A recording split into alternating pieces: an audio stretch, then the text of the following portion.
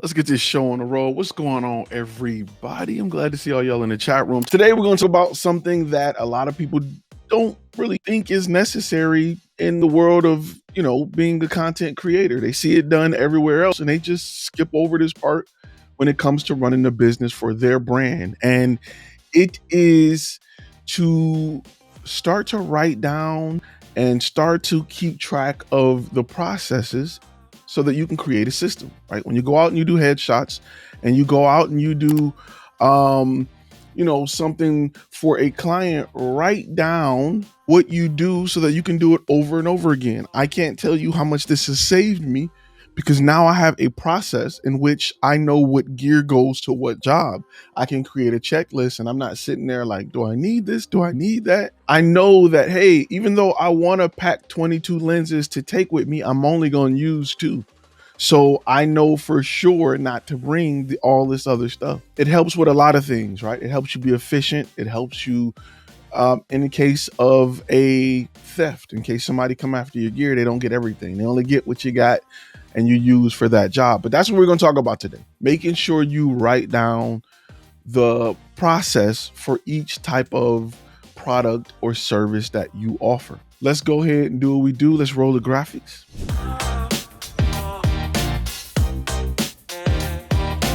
What's going on, everybody? My name is Ty Turner, and if this is your first time on this channel, somehow, some way, you got to know that this channel is about turning your passion into profit. It's about the business side of content creation. Here, we teach you how to get that bag. If you want to learn how to Photoshop out stretch marks or add extra lashes to your grandmama's eyelashes in a picture, this is not the place.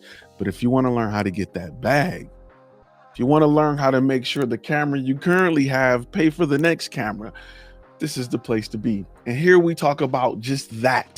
Today, we're going to talk about why it's important to build out your processes, right? Everything that you do, you need to write down what takes place. How do you do it? How many people you need? What do they need to do? So that every time you do it, it's very easy for you to do. And if you're not there, you can hand those directions off to somebody else. Let's talk in some analogies, some examples.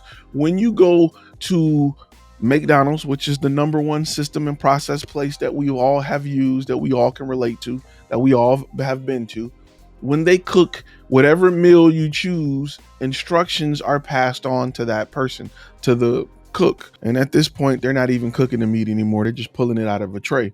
But however, wherever you go to, they're not trying to figure out how long to cook that burger, how long to cook those fries. And because they have a system in place, the consistency of what they deliver is consistent from location to location. No matter where you are in the world, you're going to get exactly what you're going to get. There are so many systems in place, from how to, I don't want to say grow the meat, but how to harvest the meat, how to season the meat, how to pack the meat, ship the meat, freeze the meat, deliver the meat, unpack the meat, everything. There's so many systems in place to get that consistency. And they've just become very efficient at creating these systems. And when they, that is why they are who they are, not because of the taste of the burger. We've already discussed that they're not the best tasting burger in the world. However, they provide everything else that a person really wants when they want to buy a burger. So you need to become that with your business so that your business can become consistent and your business can offer that level of consistency with every product. You may decide to franchise one day. You may send somebody else on a job. And those are examples of times where I'm telling you to work on your business and not work in your business. If you want to be the guy that's getting up out of his bed, going to take pictures every day for the next 100 years, feel free. I'm trying to design a company that is like the Ford Motor Company, that have people in place to do things, and I can sit back in the back and cash checks. That is my goal with my media company. Yours may be different. Though I have a passion for it, though I love it, I want to create and build something that will continue to run long after I'm gone, so that my family can inherit a business and not just a dollar that will lose value with inflation over time. They will inherit a business that will continue to work and grow. But let me talk about a few things, right? Let's talk about how to create these systems, right? Because I'm telling you to do it, but let me explain how to do it or how we do it. And I'm going to use headshots as an example. Whenever we shoot headshots, we have a process, right? We take 3 lights with us on this shoot, usually 4 just in case one go down, right? We like to use a key light, a fill light, a hair light. Some people use different lights, more lights, less lights. When we do executive level headshots, we like to add the eye lighter. When we do even higher end headshots, more than executive, we call them cinematic headshots. We like to light the background because they're usually shallow depth of field.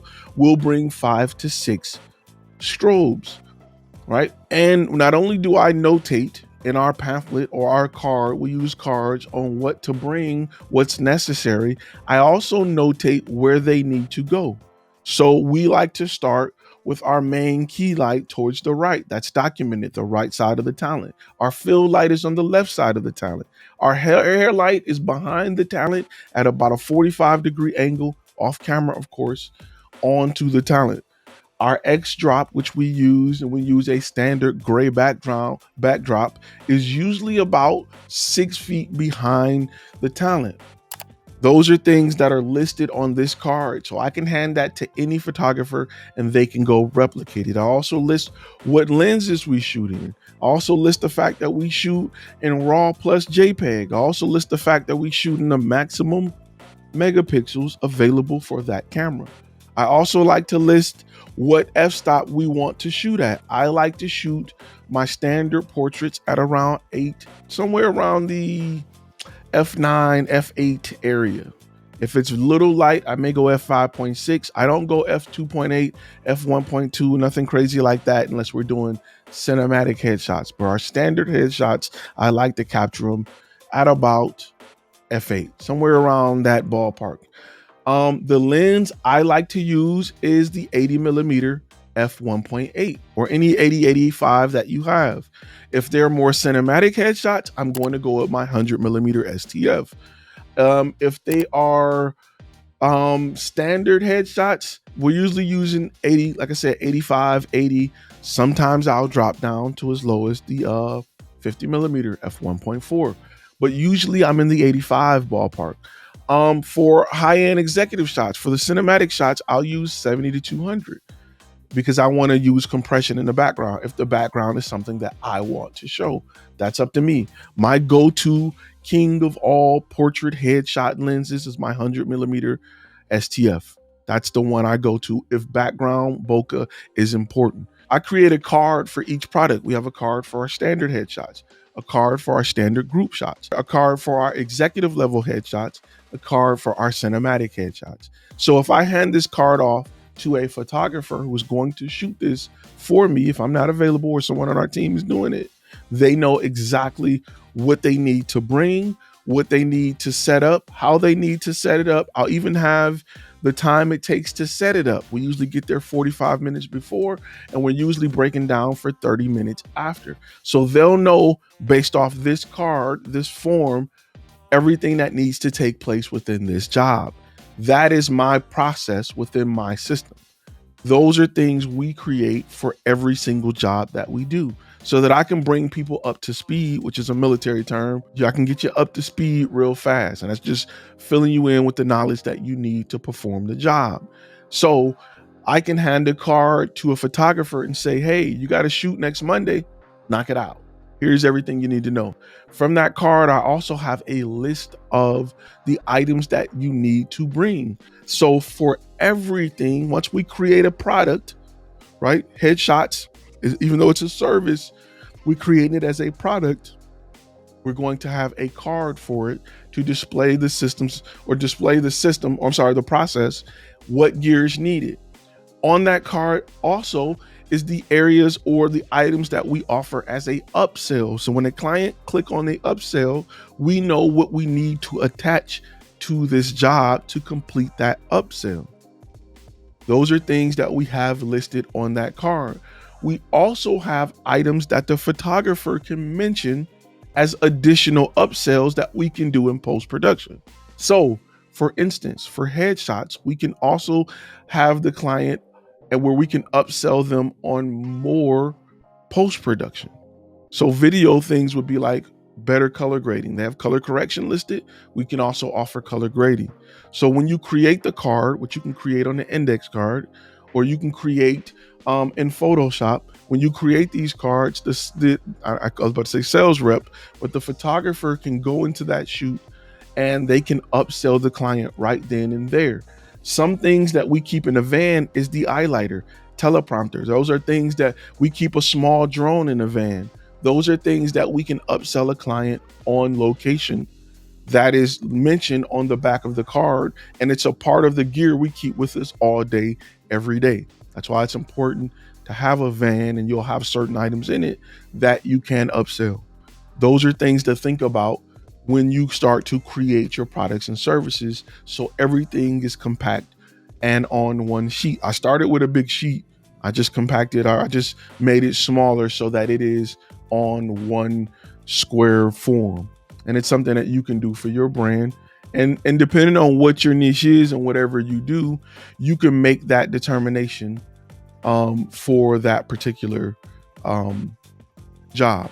Hey, thanks for watching the video. If you like content like this, click the link on the screen and go over to FlashFilmAcademy.com.